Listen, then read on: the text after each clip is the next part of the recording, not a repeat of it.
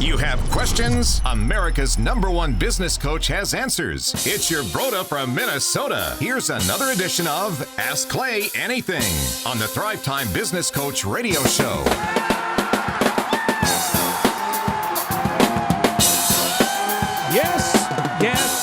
Yes, and yes. On today's show, Thrive Nation, we're talking about how to stay out of the big house while building a house. Again, how to stay out of the big house, a.k.a. prison, while building a house.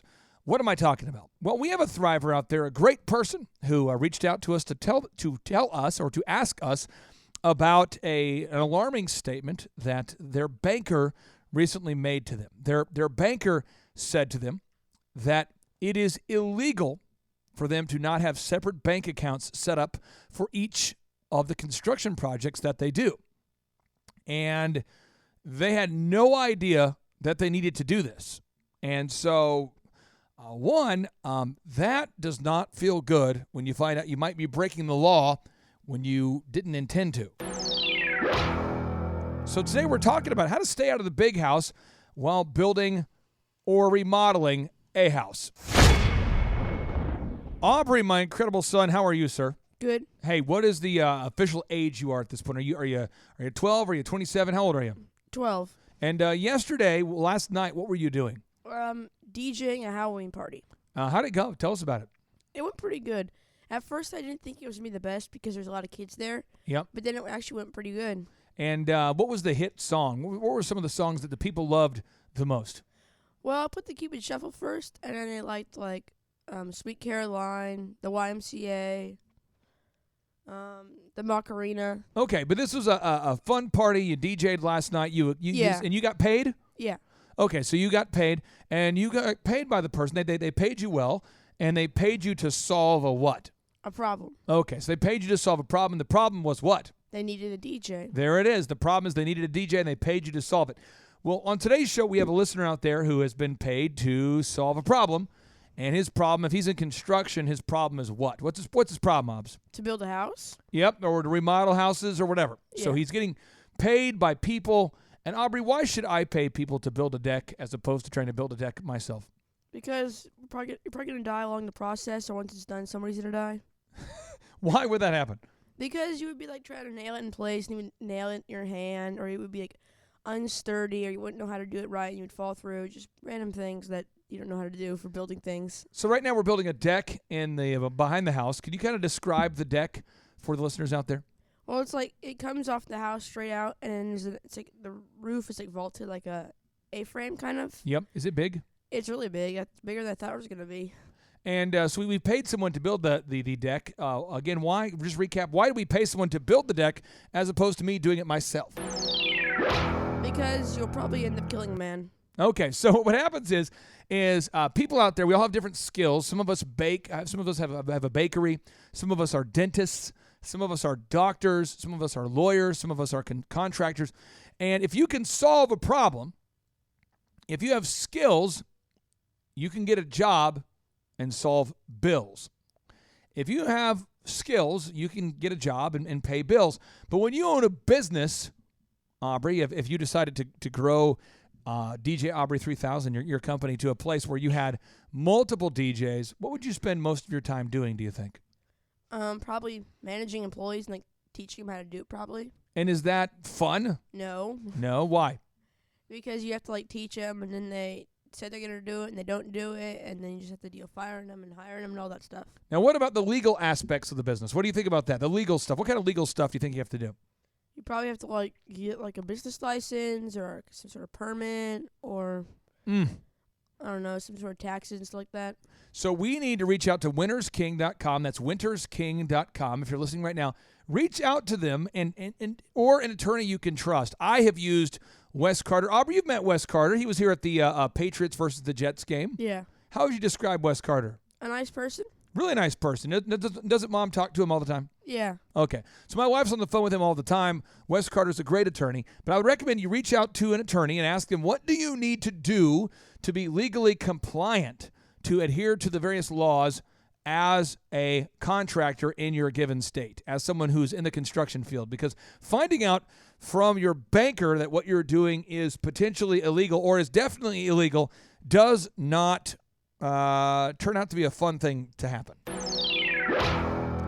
So, fact, in the great state of Texas, and again, you could be listening from any state out there, but in the great state of Texas, the Construction Fund Act codified this type of misallocation of funds provision and provides criminal penalties for missteps.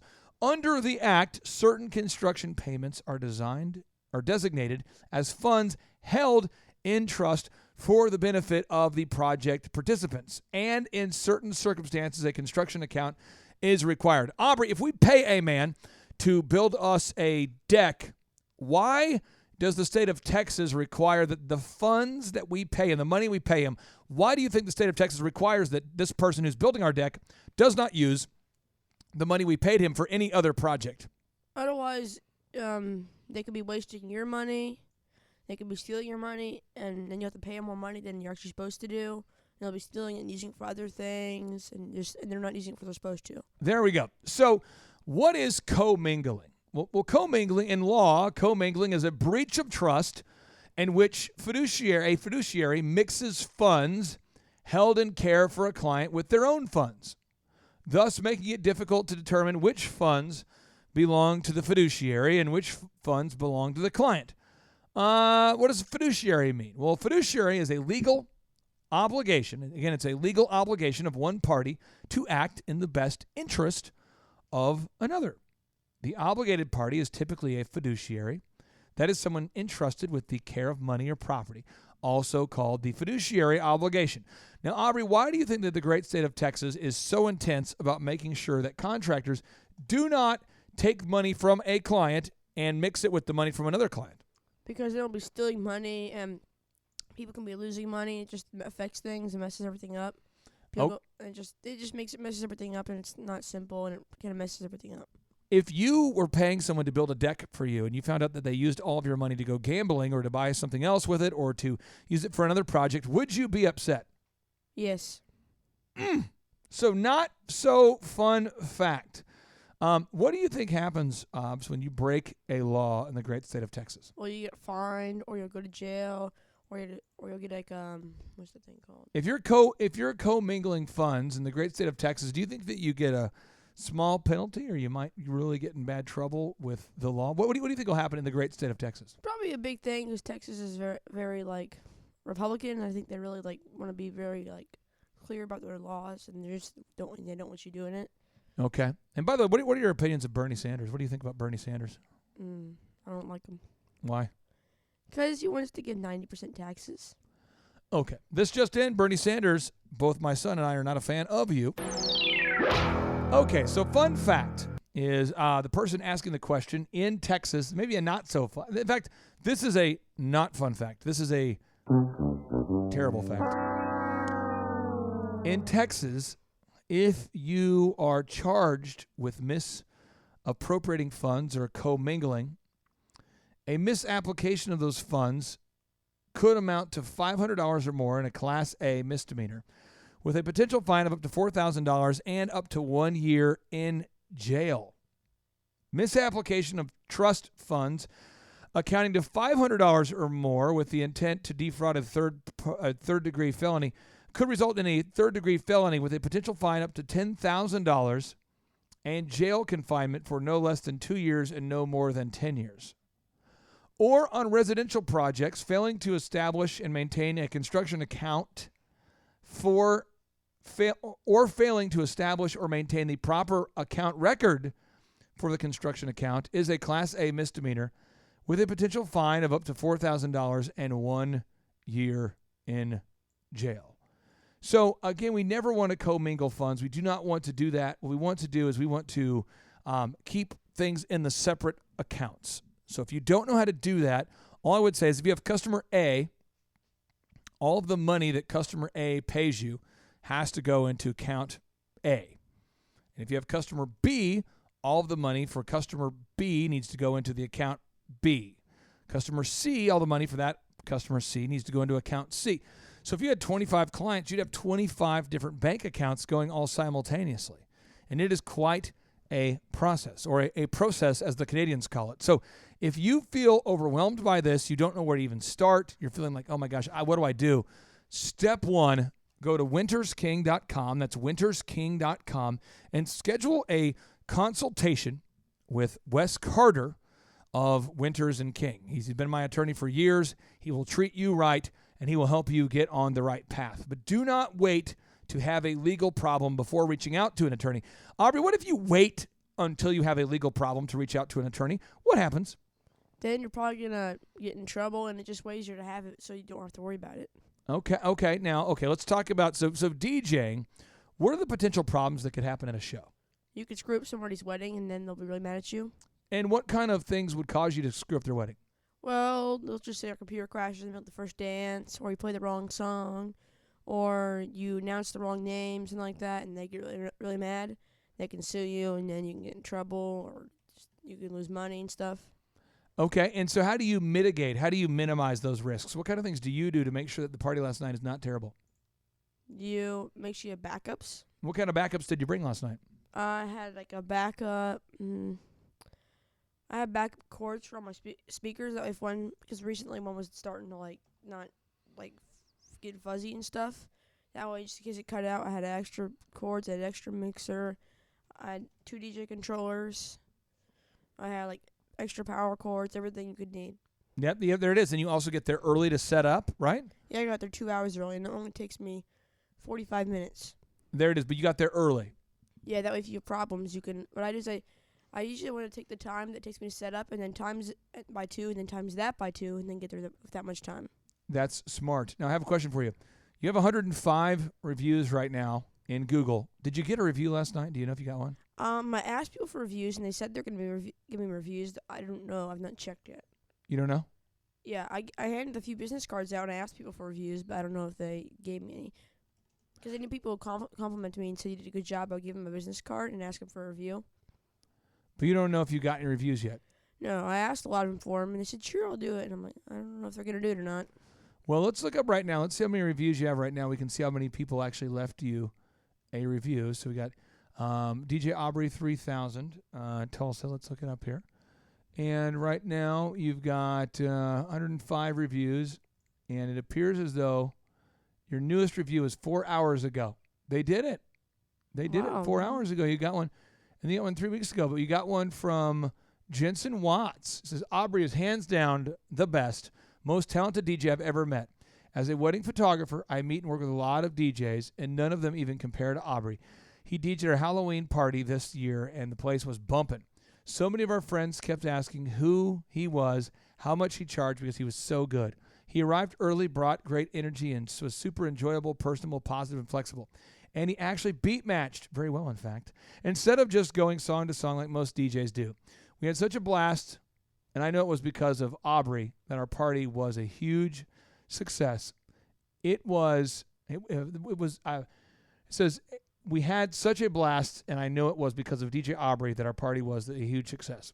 We will be using him for every future event we have. I would highly recommend Jensen Watts, Aubrey. Mm-hmm. What do you mean? Mm-hmm? That was good. That was good. That was good. Shunda.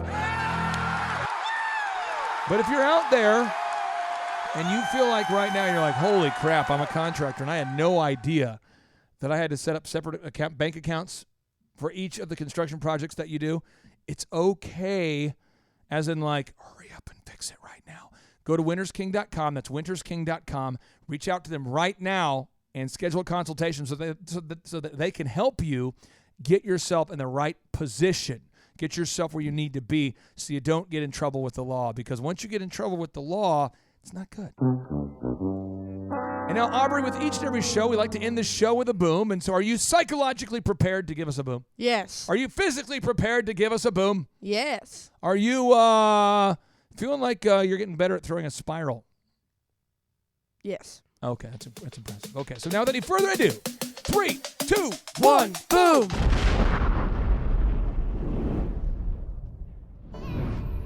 All right, let's just say that you're out there listening today and you have a website for your business. The question I would have for you is, are you getting the most number of leads possible? Are you ranking high? Wow. Touching the canvas. Can't feel my face. Or are you ranking low in the Google search engine results? Again, I ask, are you ranking high? Or are you ranking low on the Google search engine search results? Take a moment today and do a Google search for the keywords that you want to come up top for and see where you are ranking. We have Josh Spurl, a CPA from Canada, and we have Dr. Timothy Johnson here from Tuscaloosa, Alabama. Josh Spurl, how in the heck are you? Doing pretty good, Clay. Yourself? I'm doing well, man. Doing well here. We're not broadcasting from the Man Cave studios as normal, so we got a little bit of background noise there to contend with, but we're here, and I wanted to see if you could share with the Thrive Nation approximately how long you and I have been working together and how that's impacted the number of inbound leads that you're generating as a result of your Google search engine ranking and internet marketing.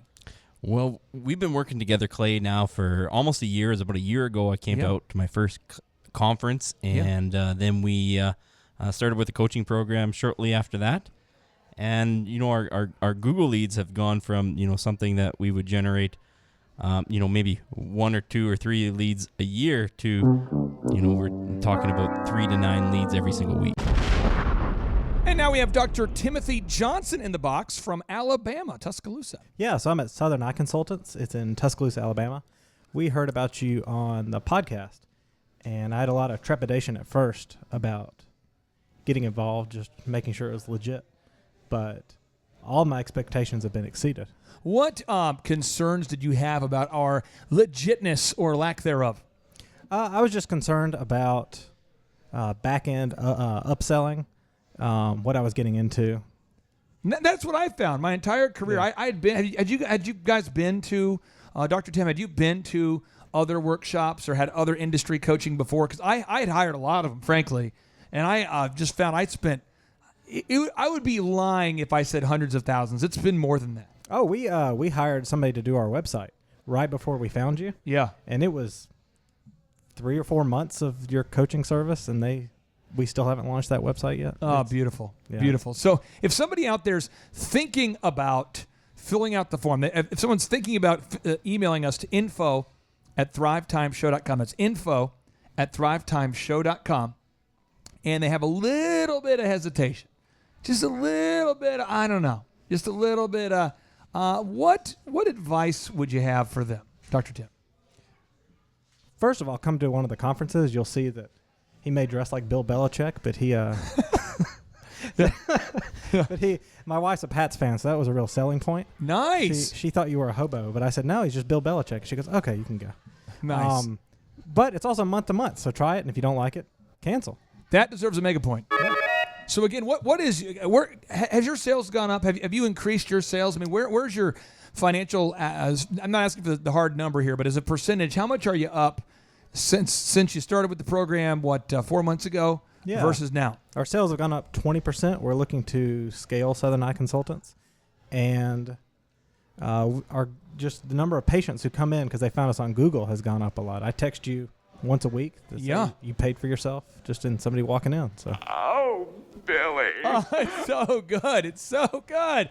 Again, if you're out there today and you feel stuck, just email us to info@thrivetimeshow.com. Info@thrivetimeshow.com. Let us begin to do a deep dive analysis on your website. We'll tell you what's wrong with it. We're going to do a 37-point audit of your website. Our member of our team will call you. They'll go over it with you. They'll break it down. You'll understand what you need to do to improve. I'll give you the final words here, guys. So start with you, Captain Spurl, Josh Spurl, CPA. As Captain Canada and as a man who's been to 2 workshops now, we got an audience, picture 500,000 people listening here. What is the advice that you would tell them? I think they got to come out to a workshop. It's the best one that I've ever seen. I find that most of the workshops I've been to, you're sitting around all day for one good idea, and you're getting a good idea every single hour at these workshops. Dr. Tim, what is the word of encouragement, maybe discouragement, maybe the motivation, maybe the verbal tasering? What advice would you give for the listeners out there today? I'd say the worst idea you can do is not starting now. Just call and start now, and you'll be better off for it. You heard them right there. Thrive Nation, go to info@thrivetimeshow.com. Email us to info@thrivetimeshow.com. Allow us to do a free 37-point analysis of your website. We'll tell you what's wrong. We'll tell you how to fix it. If you're not ranking high enough in those Google search engine results, it will literally cost your company millions and millions and millions of dollars. But don't take my word for it. Go to thrivetimeshow.com and click on the testimonials button.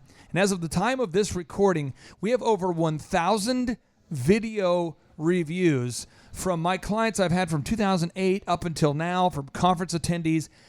You're just an email away from a game-changing, becoming a game-changing success story. Email us today at info@thrivetimeshow.com.